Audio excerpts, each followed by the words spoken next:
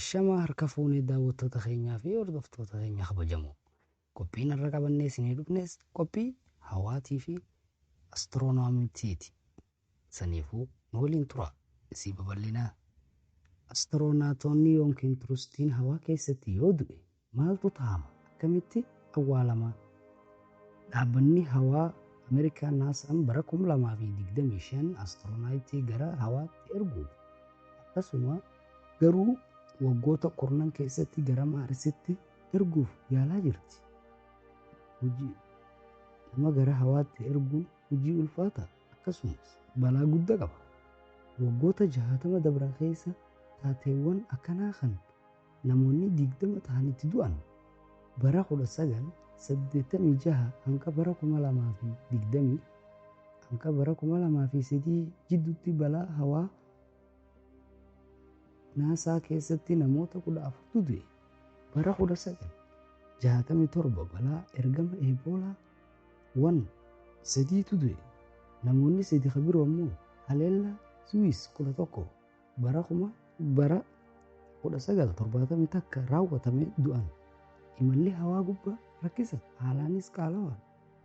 Amma daldalli hawaa garuu maallaqaanis argachuu jalqabamee jira. Imalli hawaa yeroo gabaabduu asittis waanuma barame ta'e. Gaaffii sammuu namootaa baay'ee keessa jiru qaamni astiroonaaytii erga gara hawaa deeme yoo du'e booda akkam ta'a yookiin maaltu ta'a? Yookiin sirni awwaalchaa kan godhamuuf ni jira? Lafa hoo akkamitti lafa deebi'aa? Reef keessaa astiroonaatonni Ameerikaa ji'a irratti yookiin Maaris irratti kiiloomeetirii miliyoonota lakkaa'amu irratti yoo du'an hoo naasaan maal gochuu barbaada? Mee deebii gaaffii kanaa haa barru. Dhaabbanni qorannoo fayyaa hawaa naasaan astiroonaatonni gara hawaatti osoo hin imalle dura fayyaa akka qaban mirkaneessa. Kan dhaabbaticha keessa hojjetu Profeesar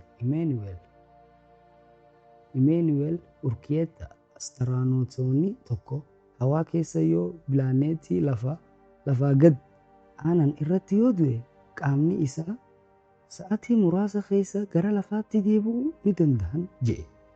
Namni tokko ji'a irratti yoo du'e reefki isaa battalumatti gara lafaatti deebisuun rakkisaadha ta'a.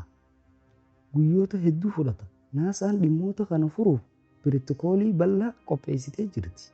Namni tokko yoonii fi ergama tokkotti du'e yeroo gara lafaatti deebi'u reefki isaa astiroonaaytii kaan waliin ni deebi'a.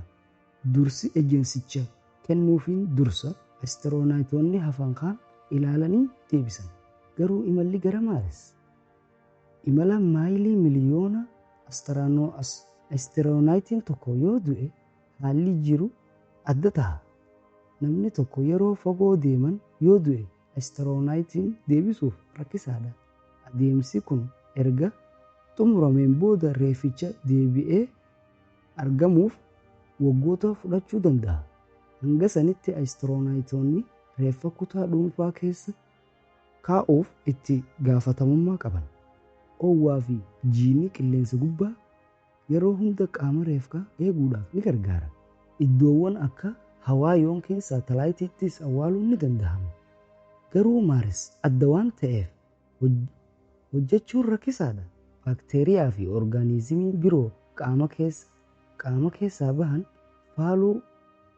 fuula Maaris faaluu danda'an. San booda reeffa hanga lafa gahutti boorsaa adda ta'e keessa kaayan.